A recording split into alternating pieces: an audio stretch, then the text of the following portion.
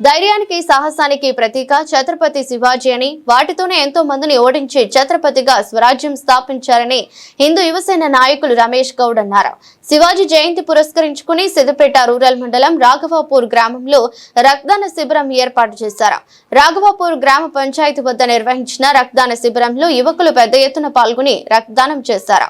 అనంతరం మాట్లాడుతూ నేటి తరం యువత శివాజీ స్ఫూర్తిని ఆదర్శంగా తీసుకుని ముందుకు సాగాలని పిలుపునిచ్చారు. రానున్న రోజుల్లో ఛత్రపతి శివాజీ మహారాజ్ పేరు మీద పలు సేవా కార్యక్రమాలు చేయడం చేపట్టనున్నట్లు తెలిపారు. ఈ రోజు రాఘవాపూర్ గ్రామంలో ఏదైతే ఛత్రపతి శివాజీ మహారాజ్ గారి జయంతి సందర్భంగా అతని చిత్రపటానికి పూలమాలలు వేసి రక్తదాన శిబిరాన్ని ఏర్పాటు చేయడం జరిగింది.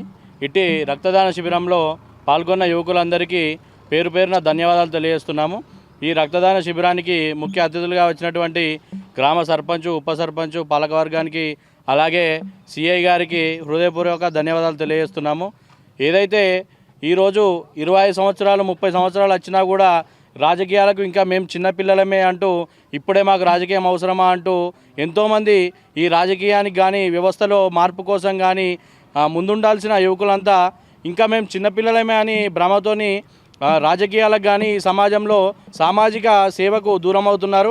ఏదైతే ఛత్రపతి శివాజీ గారు 18 ఏళ్ల వయసులోనే పదుల సంఖ్యలో రాజ్యాలను గెలుచుకొని రాజ్యాధికారాన్ని స్థాపించిన స్ఫూర్తిని ఈ మన యువకులందరూ వారిని స్ఫూర్తిగా తీసుకొని అందరూ కూడా స్వచ్ఛ రాజకీయాలకు అడుగులు వేయాలని, ఈ యువకులంతా కూడా మాకెందుకులే అనుకోకుండా నీతివంతమైన రాజకీయం కోసం ఈ భ్రష్టు పట్టిన రాజకీయాన్ని రూపుమాపాలని, ఖచ్చితంగా యువకులందరూ ఛత్రపతి శివాజీ లాంటి మహావీరులందరినీ కూడా ఆదర్శంగా తీసుకొని ముందుకెళ్లాలని, ఈ గొప్ప గొప్ప వీరులందరి ఛత్రపతి శివాజీ గారే కాదు ప్రతి ఒక్క నాయకుని, ప్రతి ఒక్క సంఘ సంస్కర్త జయంతులు వర్ధంతులు జరపాలి.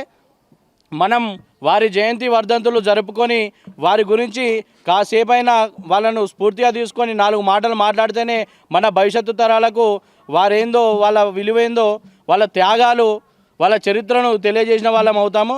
దయచేసి ప్రతి ఒక్క యువకుడు కూడా ఈరోజు శివాజీ జయంతి కార్యక్రమాల్లో పాల్గొని వారిని స్ఫూర్తిగా తీసుకోవాలని పేరు పేరున కోరుకుంటున్నాను.